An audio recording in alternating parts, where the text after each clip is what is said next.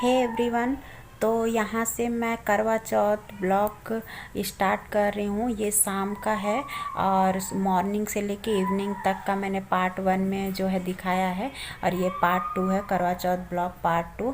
तो यहाँ पे मैं नेल पेंट छुड़ा रही हूँ अपने पैरों का और उसके बाद मैं नेल पेंट लगाऊंगी। तो बस मैं यही सब प्रिपरेशन कर रही हूँ। तो गाइज़ मैं नेल पेंट लगा रही हूँ और अभी मेरा शाम को रेडी होना, पूजा, यही सब रहेगा ब्लॉग में। तो ब्लॉग बहुत बड़ा हो जा रहा था इसलिए मैंने 2 पार्ट में डिवाइड कर दिया है ब्लॉग को। तो यहाँ पे मैं नेल पेंट लगा ले रही हूँ क्योंकि नेल पेंट सूखने में थोड़ा सा टाइम लगता है। तो सबसे पहले मैं नेल पेंट ही लगा रही हूँ, ये सूख जाएगा उसके बाद में तो दोस्तों मैं अपनी बिछिया बदलने जा रही हूँ। तो देखिए ये पहनूंगी मैं और ये पहनूंगी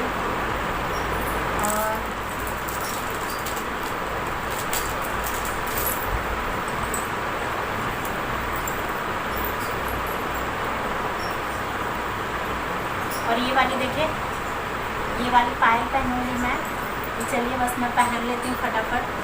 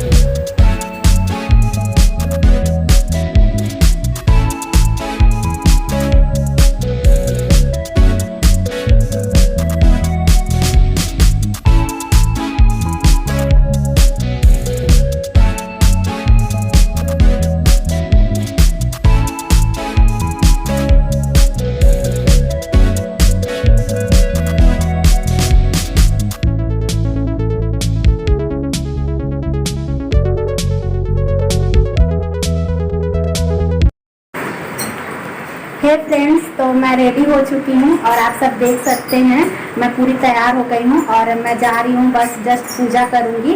उसके बाद देखते हैं चाँद कब तक निकलता है, फिर मैं टेरेस पे जाऊँगी और मैं अपना फुल लुक अभी आप सबको दिखाती हूँ।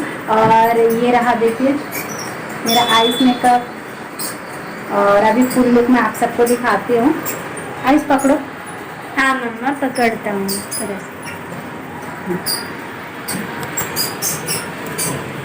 मोबाइल को नीचे कर देंगे।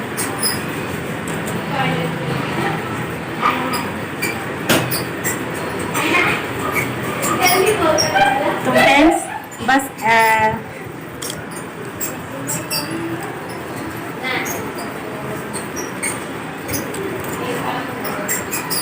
फ्रेंड्स बस बस अब मैं जा रही हूँ, खाना वगैरह निकालूंगी, माता जी को चढ़ाऊंगी और फटाफट पूजा करूंगी। उसके बाद मैं आप सबसे बातें करती हूँ।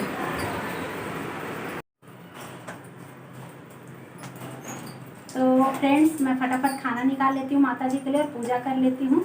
तो चलिए मैं खाना निकाल लेती हूँ।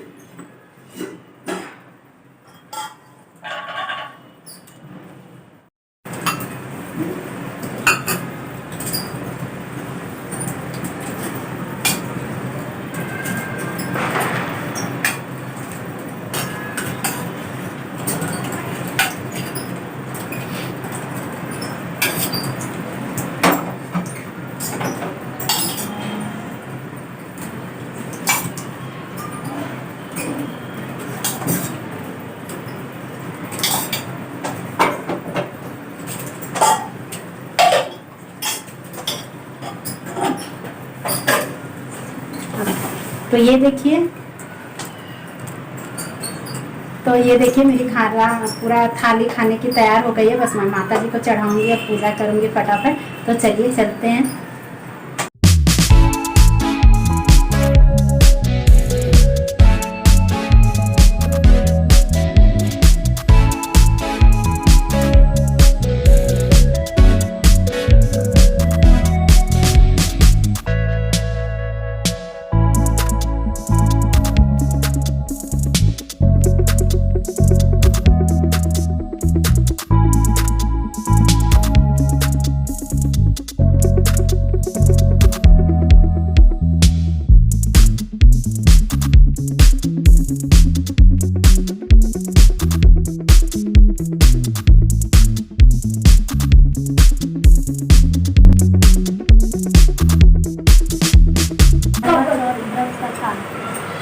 एक साहूकार था जिसके साथ बेटे और एक बेटी थी। सातों भाई और बहन एक साथ बैठकर भोजन करते थे। एक दिन कार्तिक की चौथ का व्रत आया तो भाई बोला कि बहन आओ भोजन करें। बहन बोली कि आज करवा चौथ का व्रत है, चांद उगने पर ही खाऊंगी। तब भाइयों ने सोचा कि चांद उगने तक बहन भूखी रहेगी। तो एक भाई ने दिया जलाया, दूसरे भाई ने छलनी लेकर उसे ढका और नकली चांद दिखाकर बहन से कहने लगा कि चल चांद उग आया है, अर्घ दे ले। बहन अपनी भाभियों से कहने लगी चलो अर्घ दे दो। भाभियाँ बोली तुम्हारा चांद उगा होगा, हमारा चांद तो रात को उगेगा। बहन ने जब अकेले ही अर्घ दे दिया और खाने लगी तो पहले ही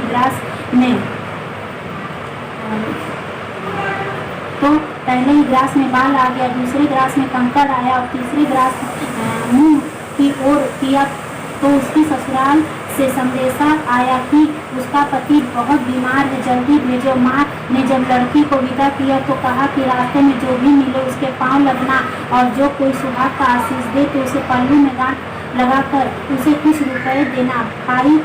बहन जब भाइयों से विदा हुई तो रास्ते में जो भी मिला उसने यही आशीष दी कि तुम 7 भाइयों की बहन बनी रहो, तुम्हारे भाई सुखी रहें और तुम उनका सुख देखो। सुहाग का आशीष किसी ने भी नहीं दिया।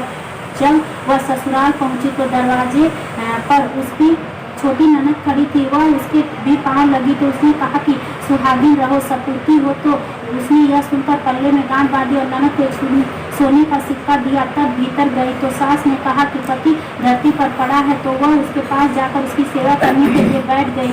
बाद में सास ने दासी के हाथ बची कुची रोटी भेज दी। इस प्रकार से समय बीतते बीतते मार्गशीर्ष की चौथ आई तो चौथ माता बोली करवा ले भाइयों की प्यारी करवा ले। लेकिन जब उसे चौथ माता नहीं दिखाई दी तो वह बोली, हे माता, आपने मुझे उजाड़ा है तो आप ही मेरा उद्धार करोगी, आपको मेरा सुहाग देना पड़ेगा। तब उस चौथ माता ने बताया कि पौष की चौथ आएगी, वह मेरे से बड़ी है, उससे ही सब कहना, वही तुम्हारा सुहाग वापस देगी। पौष की चौथ आकर चली गई, माघ की चली गई, फाल्गुन की चली गई, चैत्र बैसाख ज्येष्ठ आषाढ़ और श्रावण भादौ की सभी की चौथ आई और यही कहकर चली गई कि आगे वाले को कहना। आश्विन की चौथ आई तो उसने बताया कि तुम पर कार्तिक की चौथ नाराज है, उसने तुम्हारा सुहाग लिया, वही वापस कर सकती है, वही आएगी तो पाँव पकड़ कर विनती करना।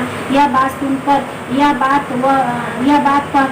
बात पर वह भी चली गई। जब कार्तिक की चौथ आई तो वह गुस्से में बोली, भाइयों की प्यारी करवा ले, दिन में 4 दुगानी करवा ले, व्रत खंडन करने वाली करवा ले, भूखी करवा ले। यह सुनकर वह चौथ माता को देखकर उसके पांव पकड़कर गिड़गिड़ाने लगी, हे चौथ माता, मेरा सुहाग तुम्हारे हाथों में है, आप ही मुझे सुहागिन करे। तो माता बोली, पापी हत्यारी, मेरे पांव पकड़कर क्यों बैठ गई? तब वह बोली कि जो मुझसे भूल हुई है उसे क्षमा कर दो, अब भूल नहीं करूँगी। तो चौथ माता ने प्रसन्न होकर आंखों से काजल, नाखूनों से मेहंदी और टीके में से रोली लेकर छोटी उंगली से उसके पति पर छिड़क दिया तो वह उठकर बैठ गया और बोले कि आज मैं बहुत सोया। वह बोली, क्या सोया? मुझे तो 12 महीने हो गए जब जाकर चौथ माता ने मेरा सुहाग लौटाया है। तब उसने कहा, जल्दी से माता का पूजन करो। तब चौथ की कहानी सुनी, करवा का पूजन किया तो प्रसाद खाकर दोनों पति पत्नी चौपट खेलने बैठ गए। नीचे से दासी आई, उसने उन दोनों को चौपट पासे में से खेलते देख तो उसने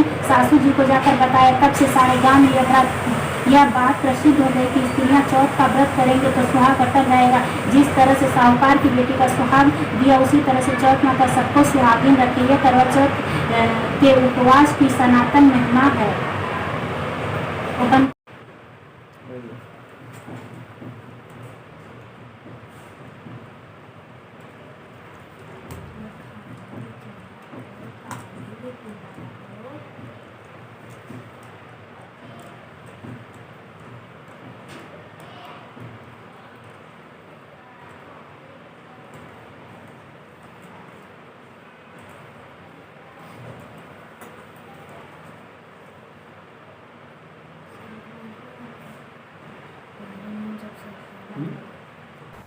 हे एवरीवन, तो यहाँ मैं छत पे आ गई थी। चांद निकल गया था जैसे ही मेरी पूजा फिनिश हुई, उसके बाद तुरंत चांद निकल आया था। तो बस मैं छत पे आ गई हूँ। छत पे जो चांद को देख के सब पूजा वगैरह होता, अर्घ दिया जाता है, बस वही सब हो रहा है। तो यहाँ पे मेरे हस्बैंड बस वही अर्घ दिला रहे हैं मुझे, और देखते रहिए। आई होप आप सबको पसंद आ रहा होगा और इन्जॉय करिए फ्रेंड।